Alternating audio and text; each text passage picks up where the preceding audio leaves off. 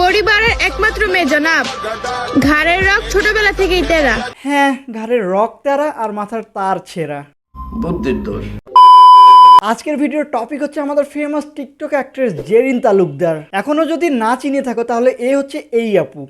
আজকে প্রথম রোজা, এই প্রথম রোজাটা আমি রাখতে পারতেছি না, আর এই কষ্টটা শুধু মেয়েরাই বুঝবে।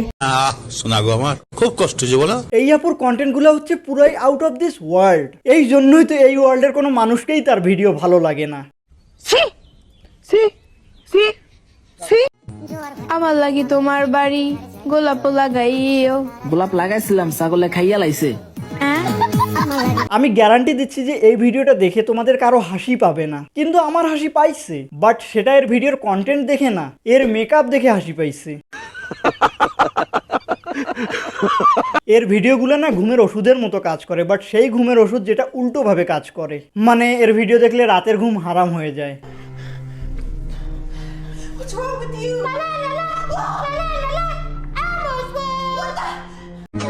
Are you single? Sorry, sir. No. এর এই ভিডিওটা আমার সব থেকে ফেভারিট, কেননা এটাই একমাত্র ভিডিও যেটাতে সে কোনো কথা বলে নাই। এজন্য আমি আল্লাহর দরবারে শুকর জানাচ্ছি। জানো সামনে কি আসতে চলতেছে? থাক, তোমার বলা লাগবো না, আমি বলতাছি। Rose day, propose day, chocolate day, teddy day, promise day, hug day, kiss day, valentines day. আর বিয়ের পরে টাকা দে, সাবান দে, গয়না দে, কাপড় দে, মেকআপ দে, কসমেটিক দে। আর নাইলে আমার ছেড়ে দে। আমার এত কিছু দরকার নাই বোন, তুই আমার এখনই ছেড়ে দে, যা।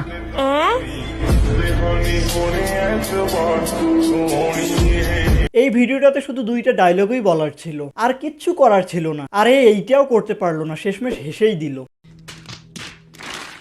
এর অ্যাক্টিং লেভেল এমন জায়গায় যেখানে আজকে পর্যন্ত কেউ যাইতে পারে নাই, কেননা এত নিকৃষ্ট লেভেলের অ্যাক্টিং, মানে অন্য কেউ অ্যাক্টিং না করলেও এর থেকে ভালো অ্যাক্টিং করে।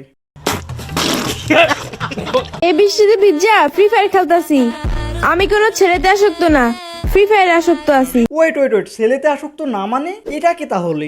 ও, এ তো ছেলে না, এ হচ্ছে এলিয়েন। কেননা কোনো মানুষের পক্ষে তো আর এর সাথে থাকা সম্ভব না। আলহামদুলিল্লাহ যে শুধু টিকটকে ভিডিও বানায়, আর সেজন্যই এর ভিডিওর লেন্থ 15 থেকে 20 সেকেন্ডের হয়ে থাকে। এখন ভাবো, এ যদি ফেসবুক বা ইউটিউবে ভিডিও বানাইতো, মানে ভিডিওর লেন্থ 10 থেকে 15 মিনিট।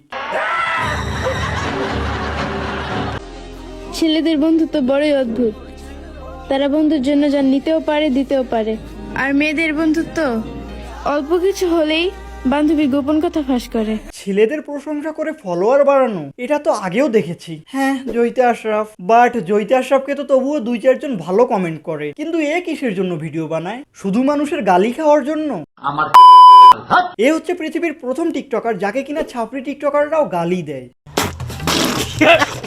আরে জলদি চল, দেরি হয়ে যেতেছে। আচ্ছা, আমি বুঝতেছি না, কালকে তুই আমার রেস্টুরেন্টে লয়ে গেছস, আজকে লয়ে যেতেছস, তুই এতটা কোথায় পাইতাছস? আরে আমি এখন অ্যাড দেখে আয় করি।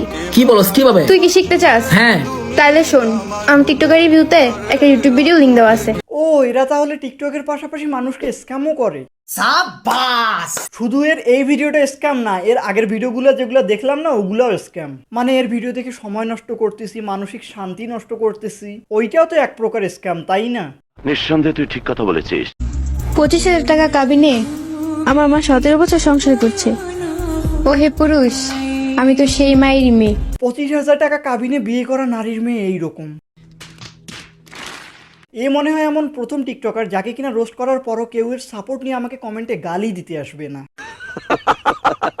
এর টিকটক অ্যাকাউন্টকে রিসাইকেল বিন হিসাবে ইউজ করতেছে।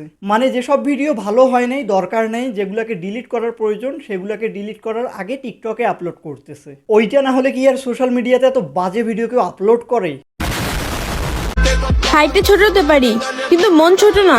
ফ্রেন্ডশিপ যার সাথেই করি, জমানো সব টাকা তারই খাওয়াই দেই। খাওয়ার লোভে আবার এর সাথে কেউ ফ্রেন্ডশিপ করিও না, কেননা এর সাথে ফ্রেন্ডশিপ হওয়ার পর আর কিচ্ছু খাইতে মন চাবে না। তখন শুধুমাত্র একটা জিনিসই খাইতে মন চাবে, বিষ। আসেন একসঙ্গে বিষ খাই। ওকে, সো ভিডিও ফিনিশড। এতদূর ভিডিওটা দেখে থাকলে লাইক, শেয়ার এন্ড সাবস্ক্রাইব করে ফেলো, এন্ড দেখা হবে অন্য কোনো ভিডিওতে।